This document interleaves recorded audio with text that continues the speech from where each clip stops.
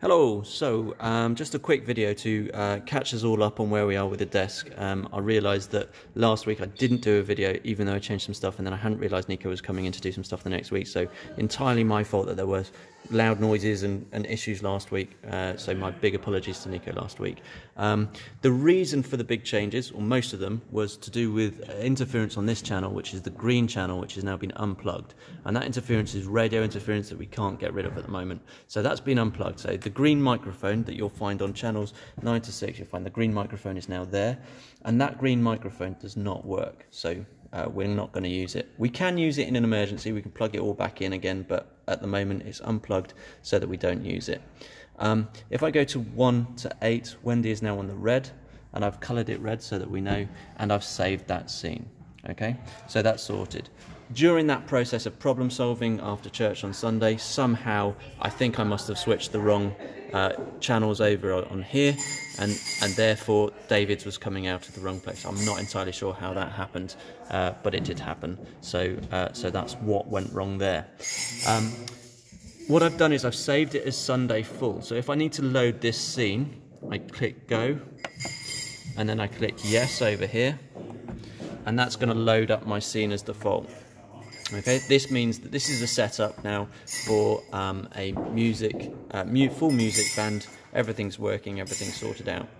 You can level it in the morning. You can get all the levels sorted out, and then you'll be ready to get going with your Sunday service. So the only other thing I did, which I hadn't realised would be a problem, is that I started using the DCA groups to make it easier, so that people don't need to worry about this side when they're in the middle of a service, particularly if they're trying to use the computer at the same time. It makes it very difficult. Let me explain a little bit. So a DCA group is really easy to set. If I select it, it shows me who is in that group.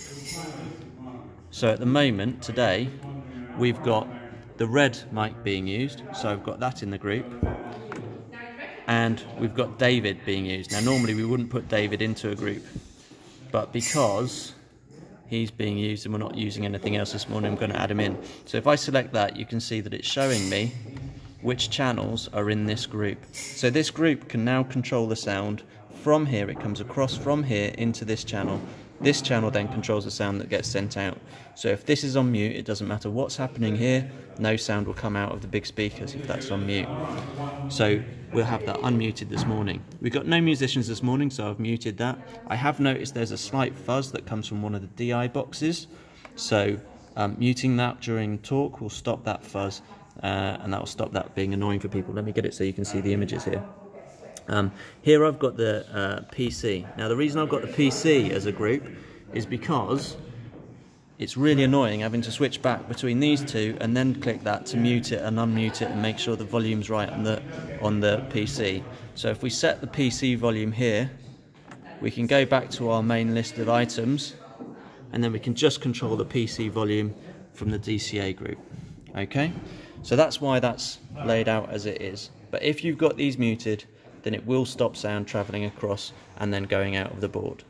As well as that, I did play around with effects, and I've set up one channel, which means that it's feeding from the musicians. So if you wanted to put an echo on, play around with something a bit more advanced, you can do that.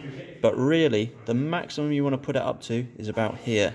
And that's going to give you loads of echo and reverb for a quiet song, maybe a cappella, something along those lines. This is kind of the icing on the cake. You don't really need it, so you don't need to concern yourself with it too much, but that's the only stuff that I've done, played around with and changed. So hopefully that's set up fairly accurately now, so when you come in the morning and you load this scene up for a full band, that will pretty much be ready to go, and you should be all right. It's all fairly good. I hope that helps, and I think I've covered everything, so I'm going to stop there. Do email me or let me know if there's anything else you need to know or any other issues, and we will get there in the end. Thank you.